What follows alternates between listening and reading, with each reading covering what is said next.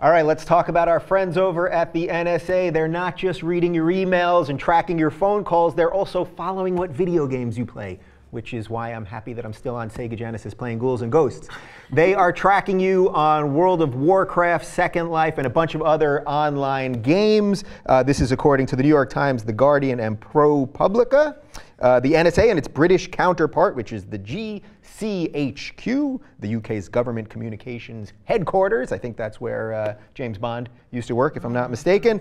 They are spying across gamers all over the world because it's sort of they believe it to be sort of a secret zone that terrorists can talk to each other, not just guys sitting in a basement getting fatter and playing games.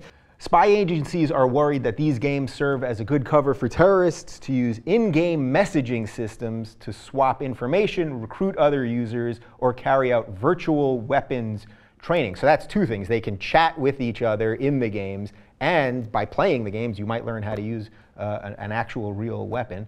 And the NSA was extracting World of Warcraft data, trying to tie specific accounts and characters to Islamic extremism and arms-dealing efforts. I mean, this sounds completely crazy. The GCHQ had successfully been able to get the discussions between different game players on Xbox Live, and so many US spies were roaming around Second Life that a special deconfliction unit was set up to prevent them from stepping on each other's toes. I mean, really, think about that. We've got so many people spying that they're spying on each other. This is becoming spy versus spy. Is this just like another one of these things where it's first it was our emails, then our buddy lists, then our phone calls, and our FaceTime video chats? And now, of course, this was just the next logical step, right? Oh, well, yes, this is what they've wanted all along, this total information awareness, you know, and they want to be able to infiltrate every single corner of every single pixel everywhere throughout the entire world because that's what they believe is important. Also, I think they want to play video games at work, but... I really believe that. Like, I bet you that a good percentage of these guys are literally just playing games all day. Sure, why not? They're wandering around Second Life just to see if they can bump into each other, and of course, they're only bumping into other spies. And I think what's important about this is that they still have yet, as far as the paperwork shows, they still have yet to prove that there's any evidence of this activity going on. Yeah. So, okay, it goes from one thing to another. I mean, I'm guessing you're not surprised by this. I'm not surprised, and I almost wish I didn't know. You know, what I don't know is not going to hurt me if they're watching me play video games, whatever. I'm not doing anything wrong, but it is.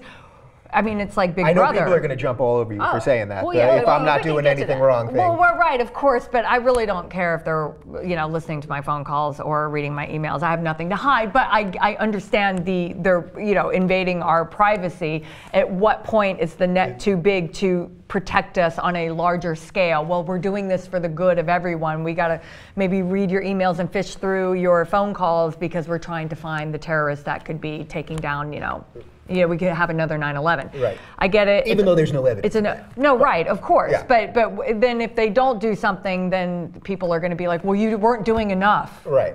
So I don't know. Well, yeah, the incentive is obviously none of us want to find out that that some huge major attack happens and it could have been prevented if only somebody had been wandering around Second Life. Right. You know, nobody wants that. How crazy that sounds. Well, I know. But yes. So you know there is going to be blame somebody's going to get blamed if something does happen. Sure, absolutely. So we're always dealing in the what if that happens? Well, we should have been doing something. And that is the justification for many things. I think the other side of it, and you know, granted, you know, none of us were probably doing anything to be afraid of in so many words, but that's not the issue. The issue is abuse of power. Sure.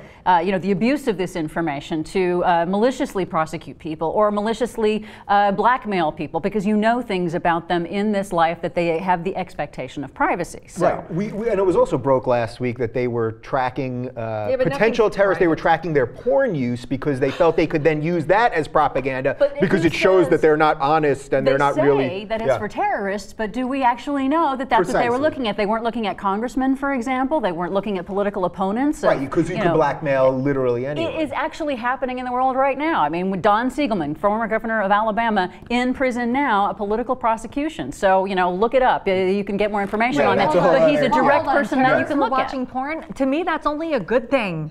Because I think, right, And they're distracted, they're relaxed. I think they probably will have a lot less angst and maybe want to keep living instead of blowing themselves up along with all their other people. Well, that's the thing. But they were saying that this is the way. If you can find out what porn they watch, then we can humiliate them, and that hurts the cause. That was the argument. But how much do the companies that make the video games, Microsoft, let's say, who makes Xbox, how much responsibility do they have to actually protect the virtual world that they're making? I think they're more interested in protecting their profits and protecting the kinds of legislation that will help them maximize their profits. I think they really don't particularly care whether or not, you know, gamers don't trust them anymore. At some point, I think if you don't want to be on the radar, do not be on the radar. Don't have a cell phone. Don't play online. Don't use the World Wide Web. Go live in a cabin in Alaska where you go out and hunt your own food. You don't have cable service. You know what I mean? The Sarah Palin route. Well, sure, exactly. I was just watching Survival or something on Nat Geo, and there was a guy that had been living out literally in remote forests, hadn't seen people. You had to be like, hey, I'm friendly. Is it okay if I come towards your house?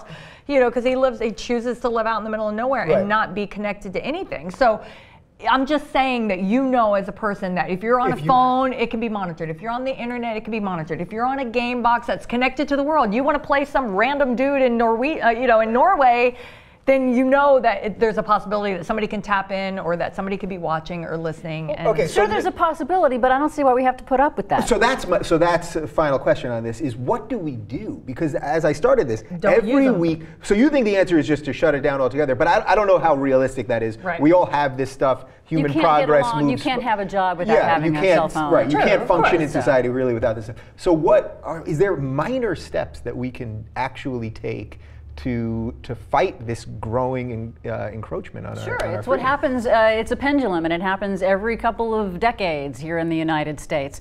Eisenhower warned us about this. You know, the military-industrial complex. Well, it's the military intelligence-industrial complex now.